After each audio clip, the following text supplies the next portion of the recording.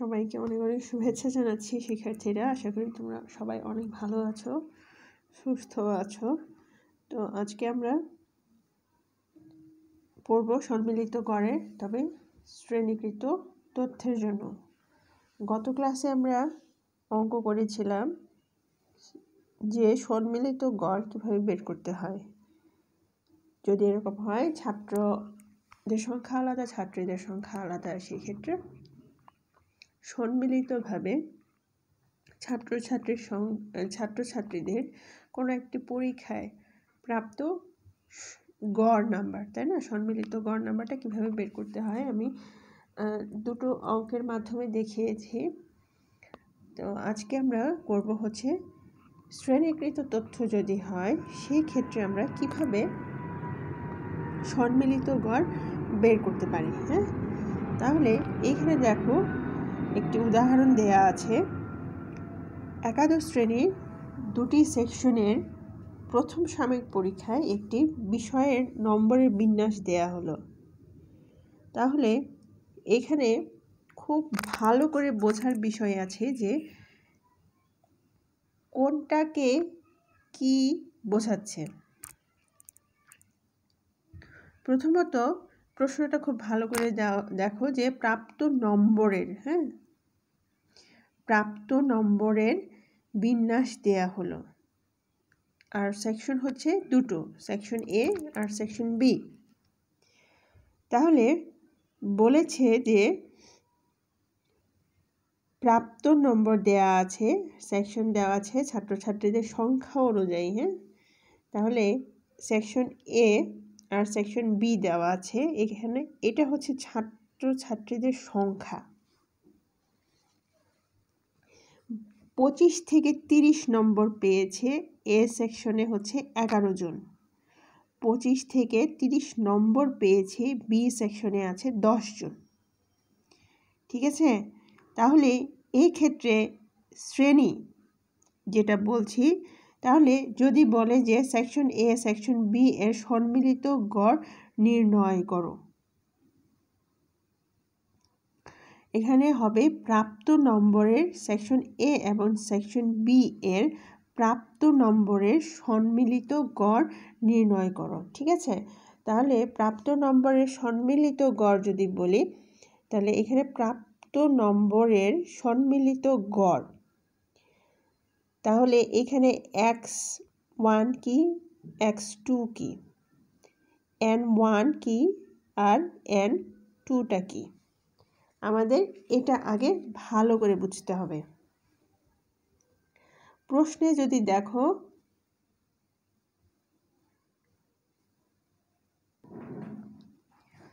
আমরা গড় বের করব। হ্যাঁ, এখানে সেকশন এ সেকশন বি এর সম্মিলিত গড় বলতে প্রাপ্ত নম্বরের সম্মিলিত গড়। এখন আমরা তো শুধু এই ছাত্রছাত্রীর সংখ্যার সম্মিলিত গড় বের করব না, তাই কি করব, আমাদের সম্মিলিত গড় বের করার সূত্র কি, n1 x বার 1 প্লাস n2 x বার 2, তাই না, divided by n1 plus n2। এখন কথা হচ্ছে এইখানে এটা যদি n1 হয়, এটা যদি n2 হয়, তাহলে আবার x1 আর x2 কোনটা হবে। হ্যাঁ, প্রশ্ন হচ্ছে এটা। এখন দেখো এখানে একটা রেঞ্জ দেওয়া আছে, এখানে কিন্তু আলাদাভাবে বলেনি যে এটা x1 এটা x2। ঠিক আছে, তাহলে x1 x2-র ক্ষেত্রে আমরা কোনটা ব্যবহার করব, প্রাপ্ত নম্বর। ঠিক আছে, প্রাপ্ত নম্বর যদিও তোমার শ্রেণীতে দেওয়া আছে, সেটাকে আমরা মধ্যবিন্দু বের করে x বের করব। ঠিক আছে, সেই xটাকে আমরা একবার সেকশন এ আর একবার সেকশন বি এর জন্য ব্যবহার করব। ঠিক আছে, বুঝতে পেরেছ? তাহলে এখানে কিন্তু এরকম করলে হবে না যে ধরলাম এটা x1 এটা x2 এরকম না। হ্যাঁ, x প্রাপ্ত নম্বরটাই দেওয়া আছে, এখানে তোমাকে xi বের করতে হবে মধ্যবিন্দু, এটা n1 এটা n2। ঠিক আছে, তাহলে এখন আমরা দেখি যে শ্রেণীকৃতর জন্য কিভাবে আমরা সম্মিলিত গড় বের করতে পারে। হ্যাঁ, এটা কিন্তু একটা বোর্ড কোয়েশ্চেন, এখানে বোর্ডে আসছিল এই ধরনের একটা কোয়েশ্চেন। এখন দেখো সূত্র অনুযায়ী আমরা কি জানি যে সম্মিলিত গড়ের সূত্র এটা কিসের জন্য? শ্রেণীকৃত তথ্যের জন্য। তাহলে শ্রেণীকৃত তথ্যের জন্য যদি এটা হয়ে থাকে তাহলে আমি কি বলেছিলাম যে আমাদের কি করতে হবে? এক্স বের করতে হবে। হ্যাঁ, এক্স আই বের করতে হবে। এক্স আই আমি কিভাবে বের করব? এই যে 25 আর 30 যোগ করব, যোগ করে 2 দিয়ে ভাগ করব। ঠিক আছে, তাহলে আমার মধ্যবিন্দু বের হবে, আর এটাই হবে আমার জন্য কি? এক্স। এই এক্সটা কিন্তু রেঞ্জ হিসেবে দেওয়া আছে এ সেকশন এবং বি সেকশনের জন্য, তাহলে এটাই 2 সেকশনের জন্য যাবে। ঠিক আছে, তাহলে মধ্যবিন্দু বের করো। 25 আর 30 যোগ করলে হবে তোমার কত? 55। হ্যাঁ, 55কে 2 দিয়ে ভাগ করলে আমরা পাবো 27.5। আবার 30 আর 35কে যোগ করলে আসবে 65। 65কে যদি আমরা 2 দিয়ে ভাগ করি তাহলে আসবে হচ্ছে কত? 32.5। তাহলে এইভাবে আমরা কি করব? মধ্যবিন্দু বের করে নিব। ঠিক আছে, এইবার এই যে দেওয়া আছে তোমার কি ছাত্রছাত্রীর সংখ্যা সেটা কিসের জন্য? সেকশন এর জন্য। ঠিক আছে, আর সেকশন বির জন্য কিন্তু আলাদা দেওয়া আছে। এক্স একই কিন্তু ছাত্রছাত্রীর সংখ্যা আলাদা। তাহলে এখানে দেখো যে এফআই গণসংখ্যা, এটা হচ্ছে কিসের? ছাত্রছাত্রীর সংখ্যা। তাহলে সূত্র অনুযায়ী দেখো আমাকে n1 বের করতে হবে, x1 বার বের করতে হবে, n2 বের করতে হবে, x2 বার বের করতে হবে। তাহলে এই ক্ষেত্রে আমার n1 কি হবে আর n2 কোনটা হবে? n1 হবে সেকশন এ এর যতগুলো ছাত্রছাত্রী আছে এদের মোট ছাত্রছাত্রী সংখ্যা। n2 হবে বি সেকশনে মোট ছাত্রছাত্রী সংখ্যা। তাহলে আমার এই ক্ষেত্রে x1 বার কি হবে? x1 বার কি হবে? x1 বারটা আমাকে ক্যালকুলেশন করতে হবে। ঠিক আছে, x1 বার যদি আমি ক্যালকুলেশন করি তাহলে x1 বার দ্বারা কিন্তু আমি বোঝাচ্ছি যে এই যে সেকশন এ এর গড় নাম্বার। ঠিক আছে, তাহলে সেকশন এর যদি গড় নাম্বার বের করি আমি x1 বার, যেহেতু এটা কি শ্রেণীকৃত তথ্য, তাহলে সেই ক্ষেত্রে আমার সূত্র কি হবে? Summation fi xi divided by capital N। তাহলে x1 যদি আমি এর ক্ষেত্রে ধরি, সাপোজ এটা এর জন্য, হ্যাঁ এর জন্য, তাহলে আমি x বার যদি বের করতে যাই তাহলে আমার এই জিনিসটা লাগবে। কোন জিনিসটা লাগবে? এই যে xi ইন্টু fi এর সামেশন লাগবে।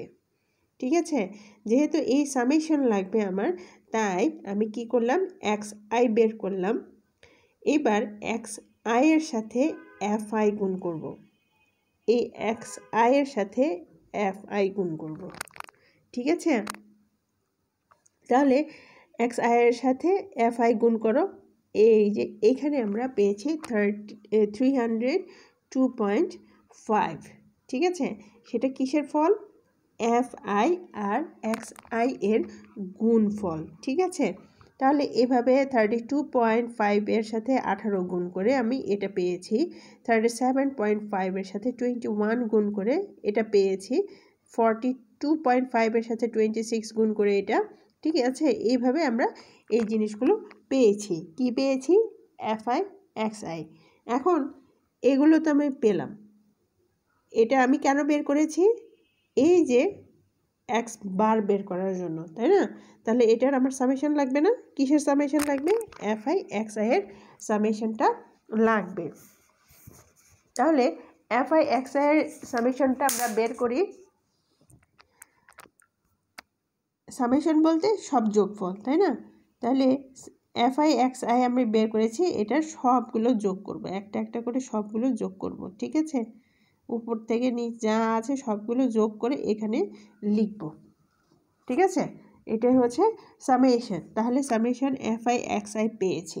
তাহলে এটাকে যদি আমি এই যে 90 N1 দ্বারা ভাগ করি তাহলে আমি X1 বারটা পাবো, ঠিক আছে? এবার এটা তো গেল X1 বার আর N1 এর জন্য, তাই না? এবার ক্যাপিটাল N2 কোনটা হবে? বি সেকশনের মোট ছাত্রছাত্রীর সংখ্যা।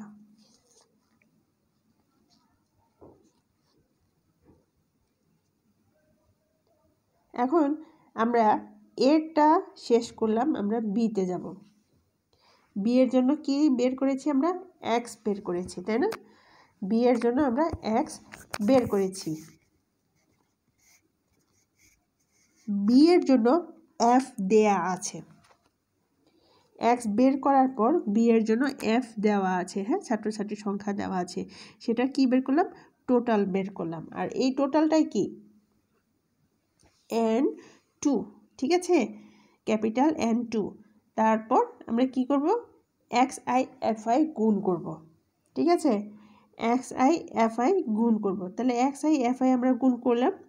গুণ করার পর আমরা কি করব? এটা আবার যোগ করব টোটাল, ঠিক আছে? যোগ করে সেটাকে আমরা কি করব? যেহেতু আমার X2 বার লাগবে, হ্যাঁ, X2 বার লাগবে, মানে আমাকে গড় বের করতে হবে। তাহলে গড় বের করব, কি করব? সবগুলো যোগ করে N2 দ্বারা ভাগ করব। এখানে আমাদের যা আছে যতগুলো কি করেছি, এই যে 27.5কে 10 দ্বারা গুণ করেছি, 32.5কে 16 দ্বারা গুণ করেছি। এটা কিন্তু আলাদা, ঠিক আছে? এর জন্য আলাদা, বির জন্য আলাদা। এটা ফুল হচ্ছে কি ছিল? ক্যাপিটাল N1 X1 বার এর জন্য। এটা হচ্ছে N2 X2 বার এটার জন্য, ঠিক আছে? তাহলে এগুলো সব যোগ করার পর আমরা এই সামেশন FI XIটা পাবো, ঠিক আছে? সামেশন FI XI পেয়েছি। এটাকে আমরা কি করব? এই যে Nটা আছে ক্যাপিটাল N2, এটা দ্বারা ভাগ করলে আমরা X2 বার পাবো, ঠিক আছে? এটা আমি তোমাদের সূত্র এখানে রেখেই বুঝিয়ে দিলাম। এরপরে আশা করি তোমাদের কোনো সমস্যা হবে না, ঠিক আছে? তাহলে আমরা চেষ্টা করব এর পরবর্তীতে আমরা চেষ্টা করব আগে প্রশ্নটা খুব ভালো করে বুঝতে, হ্যাঁ? আসলে এটা কি বলেছে, এক্স কোনটা হবে, তারপর এন কোনটা হবে, হ্যাঁ? আর শ্রেণীকৃত অশ্রেণীকৃত তো মানে দেখেই বুঝবে, এটা বোঝা যায়।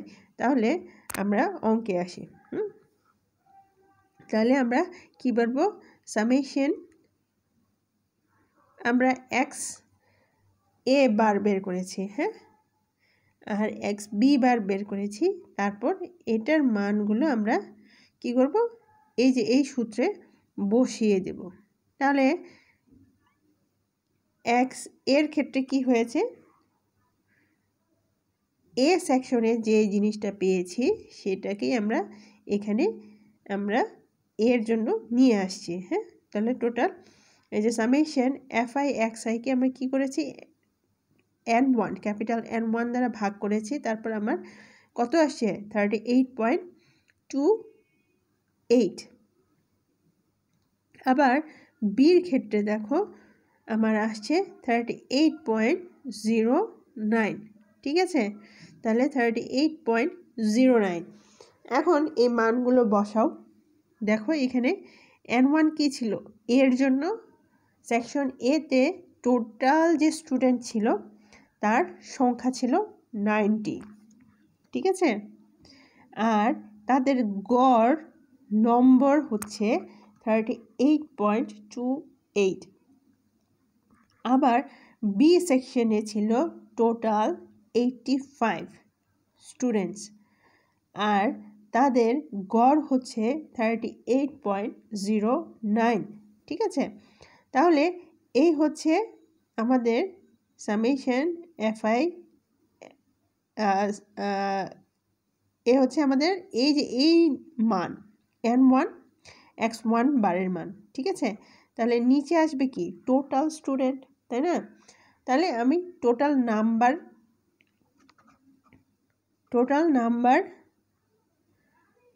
প্রাপ্ত নাম্বার, তাই না?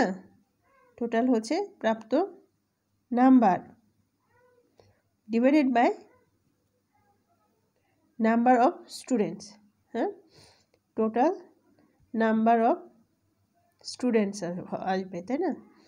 স্টুডেন্টস, তাহলে আমার টোটাল নাম্বার অফ স্টুডেন্ট কি হবে? সেকশন A এবং সেকশন B মিলেই তো হবে, তাই না? তাহলে সেকশন A আর সেকশন B মিলে আমার যতগুলো স্টুডেন্ট আছে সবার নাম্বার যোগ করে ওই সংখ্যা দিয়ে ভাগ করেই তো আমি সেকশন A এবং সেকশন B এর প্রাপ্ত নম্বরের সম্মিলিত গড়টা বের করব। ঠিক আছে, তাহলে এটাই হচ্ছে আমার প্রাপ্ত নম্বরের সম্মিলিত গড়।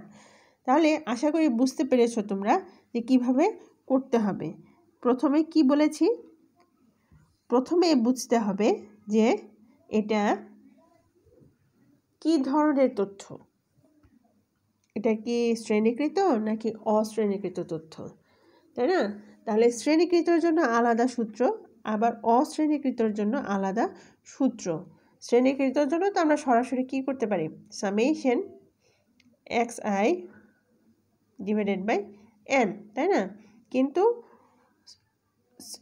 অশ্রেণীকৃতর জন্য আমরা এটা করতে পারি, আবার শ্রেণীকৃতর জন্য আমার কি গণসংখ্যা দেয়া থাকবে আর এটা ক্যাপিটাল N হয়ে যাবে। ঠিক আছে, তাহলে এটা কি x বার। ঠিক আছে, এটা হচ্ছে x বার। আবার যখন শ্রেণীকৃত দেওয়া থাকবে তখন আমার আলাদাভাবে অঙ্ক করতে হবে।